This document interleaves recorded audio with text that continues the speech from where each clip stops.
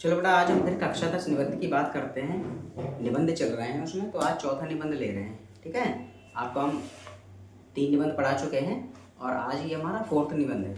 चौथा मतलब निबंध नंबर 4 है ये। तो मैं अक्सर आपको बताता हूँ कि कैसे लिखना है, आपको क्या करना है क्या नहीं करना है। ठीक है, तो निबंध आप लिखिए बिंदास तरीके से, और जैसा मैं बता रहा हूँ वैसा ही थोड़ा मन लगाइए। अब इसमें निबंध कैसे लिखेंगे, ये कक्षा 10 यूपी बोर्ड की बात मैं बता रहा हूँ आपको, कक्षा 10 हिंदी। इसमें क्या है, निबंध कौन सा है, निबंध लेखन तो ये चल रहा है, ये 4th ऐसा है, मतलब चौथा निबंध है ये। कौन सा, नारी शिक्षा का महत्व, नारी शिक्षा का महत्व या नारी शिक्षा। इसके ऊपर आपको अगर निबंध आ गया तो आपको कैसे लिखना पड़ेगा, क्या करना पड़ेगा, ठीक है, उस विषय में मैं आपको बता रहा हूँ कि इस पर अगर निबंध आ गया तो आपको कैसा लिखना पड़ेगा। नारी शिक्षा के ऊपर अगर निबंध आपको आ गया, नारी शिक्षा का महत्व या नारी शिक्षा, तो इस पर आपको कैसे निबंध लिखना पड़ेगा या कैसे लिखा जाएगा, तो उसके बारे में मैं आपको बता रहा हूँ। भाई रूपरेखा तो भाई मैंने बताया ही था कि सारे निबंधों में नंबर 1 हेडिंग होती है प्रस्तावना, और सबसे जो अंत वाली मतलब लास्ट वाली हेडिंग होती है वो होती है उपसंहार। तो ये तो हर निबंध में लगभग पढ़ना ही पढ़ना है, और बीच की एंडिंग कुछ बदल जाती है, वो निबंध पे डिपेंड करता है कि किसका निबंध है आपको और किस पे लिखवा रहा है, तो उसमें कौन कौन सी हेडिंग आएगी। निबंध जैसा होगा वैसी उसमें हेडिंग डालना ही डालना है। तो हम सबसे पहले बात करते हैं नारी शिक्षा का महत्व। ठीक है, नारी शिक्षा का महत्व यानी जो शिक्षा है सबको मिलनी चाहिए, चाहे नारी हो या पुरुष हो, सब पे अधिकार है नहीं है शिक्षा का। इसीलिए तो बोला नारी शिक्षा का महत्व या नारी शिक्षा, नारी शिक्षा। अब नंबर ये हो गया। अब नंबर 1 आता है प्रस्तावना। प्रस्तावना मैंने आपको बताई थी कि प्रत्येक निबंध में प्रस्तावना पढ़नी ही पढ़नी है। ठीक है, प्रस्तावना। अब प्रस्तावना में हम नारी शिक्षा पे कैसे निबंध लिखेंगे, उसमें आपको लिखना है प्रस्तावना नंबर 1 हेडिंग। तो उसमें प्रस्तावना में मैं बताता ही हूँ, तकरीबन 8 या 10 लाइनें समय के अनुसार आप अपने डाल दीजिए, आपकी प्रस्तावना हो जाती है क्लियर। योजक चिन्ह लगाने के बाद यहाँ से आप नीले पेन से यहाँ से स्टार्ट आप कर सकते हैं।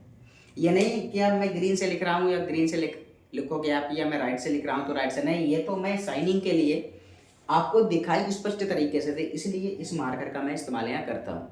आपको इनमें से कोई भी पेन नहीं छूना है, नीला और काले का इस्तेमाल करना है। रूपरेखा काले से, प्रस्तावना काले से, और यहाँ पर जो आप प्रस्तावना कंप्लीट करोगे, मतलब प्रस्तावना क्या कहती है उसके बारे में जो लिखोगे वो नीले से लिखोगे। मेन पॉइंट होते हैं वो आपको काले से करना है, और इसके नीचे बड़ा अंडरलाइन जरूर करना है, वो मैं पिछले बता चुका हूँ आपको, बार बार एक ही चीज़ बताना सही नहीं लगता। तो नीचे अंडरलाइन करके योजक चिन्ह लगा के और यहाँ से आपको नीले पेन से स्टार्ट कर देना है। अभी नारी शिक्षा का महत्व की बात हो रही है या नारी शिक्षा, तो आपको कैसे लिखना पड़ेगा नारी शिक्षा। तो नंबर 1 आती है, क्या बोलते हैं आपकी हेडिंग, क्या, प्रस्तावना। प्रस्तावना आती है तो आपको क्या बोलते हैं, लिखना ही पड़ेगा कि एक समय था, एक समय था, एक समय था। नारी शिक्षा का मैं था, एक समय था, एक समय था जबकि भारत भर जगत गुरु कहलाता था। विश्व के कोने कोने से शिक्षार्थी यहाँ के विद्यालयों में विद्या ग्रहण करने आते थे, परंतु परिस्थितियों के चक्रवात में भारत ऐसा फंसा कि आज यहाँ अशिक्षा और अज्ञान का साम्राज्य व्याप्त हो गया। ठीक है, इतनी बात आपके समझ में आ गई।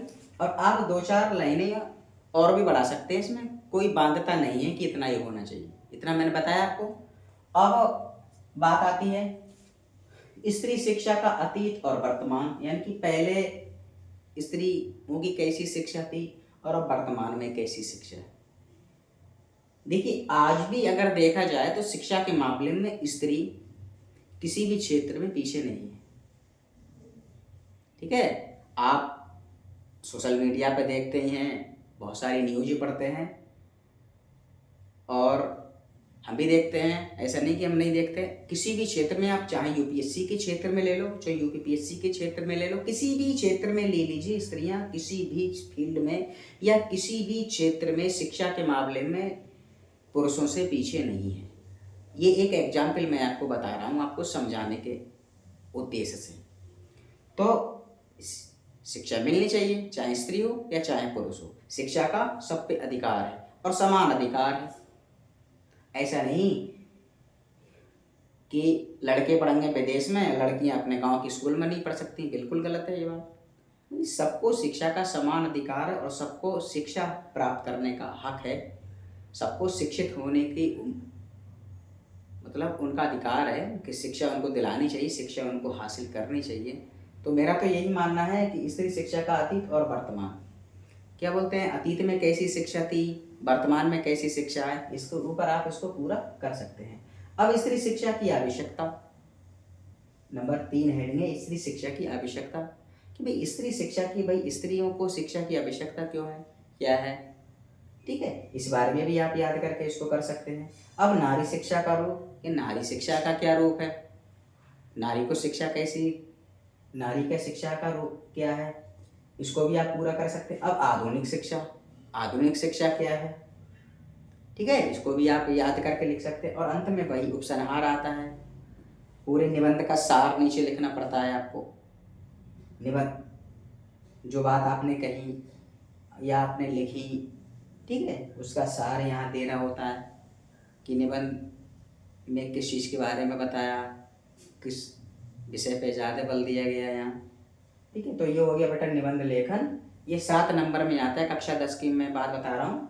और हाँ, एक बात और भी याद रखो, ये मैंने 6 हेडिंग डाली यहाँ, प्रस्तावना, नंबर 1, नंबर 2 शिक्षा का अतीत और वर्तमान, नंबर 3 नारी शिक्षा की आवश्यकता, नंबर 4 नारी शिक्षा का रूप, नंबर 5 आधुनिक शिक्षा, और नंबर 6 उपसंहार। आप बढ़ा भी सकते हैं, इसमें ऐड कर सकते हैं, कोई दिक्कत नहीं है, या किसी तरह की कोई बाध्यता नहीं है कि आप नहीं डाल सकते, डाल सकते हैं आप।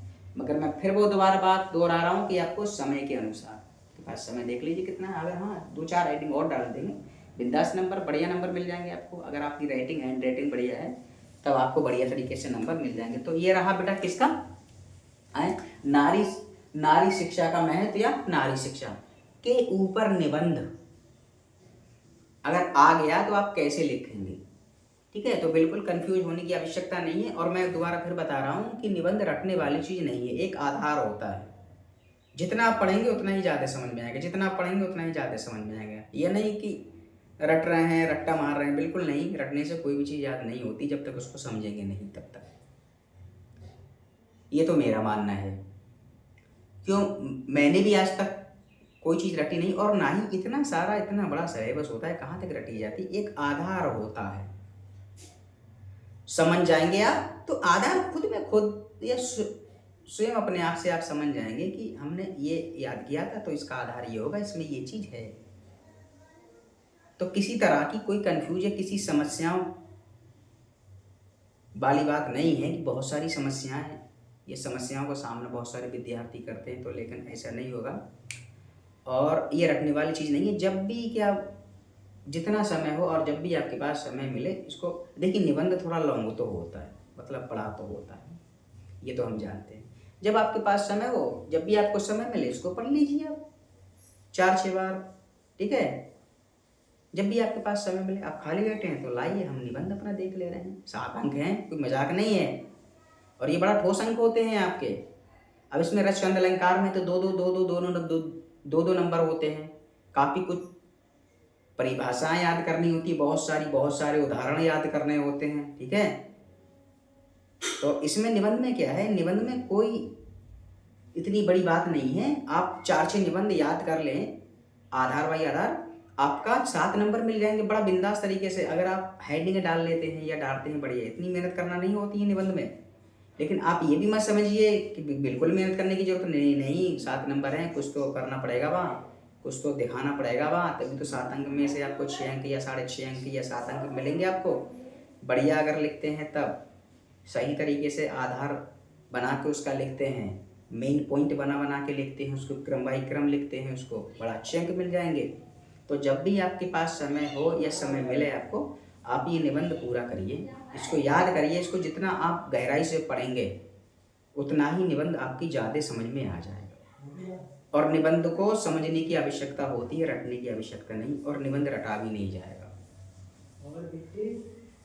बच्चे होते हैं उसको रटने का प्रयास करते हैं, तो देखिए ये रटने वाली चीज़ नहीं है, निबंध रटा नहीं जाएगा। एक इसका आधार होता है, आधार पे आप याद करिए, याद हो जाएगा, समझ जाइए, आप लिख देंगे। अगर जिस दिन आप निबंध को समझ गए तो मैं आपको विश्वास दिलाता हूँ कि बड़ा अच्छे तरीके से आप निबंध लिख सकते हैं। और बस मेहनत से आप पढ़ाई करिए, मन लगा के, दिमाग से काम करिए, बड़ा अच्छे अंक आपको मिलेंगे। किसी तरह की कोई कन्फ्यूजन मन में लाने की आवश्यकता नहीं है कि सर चक्कर में पड़ गए। नहीं, बिल्कुल चक्कर में नहीं पड़ेंगे। जब आप उसको डेली पढ़ेंगे, 2-4 बार डेली 2-4 बार पढ़ेंगे, डेली 2-4 बार पढ़ेंगे, तो आपका हो जाएगा। किसी तरह की कोई कन्फ्यूजन या किसी कठिनाइयों का सामना आपको नहीं करना पड़ेगा।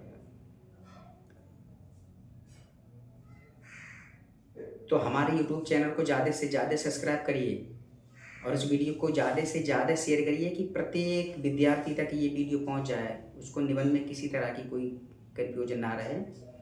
और इंस्टाग्राम पे हमें फॉलो करिए। देखिए, मैं खुद एक विकलांग हूँ, लेकिन फिर भी मैं आपको कुछ ना कुछ डेली पढ़ाता हूँ सिलेबस के अकॉर्डिंग, जिससे आपको एग्ज़ाम में किसी तरह की कोई समस्या ना हो या समस्याओं का सामना करना ना पड़े। तो मेरे कहने का उद्देश्य यही है। तो ठीक है, अगले सेशन में फिर उपस्थित होते हैं। अपना ख्याल रखिए बेटा।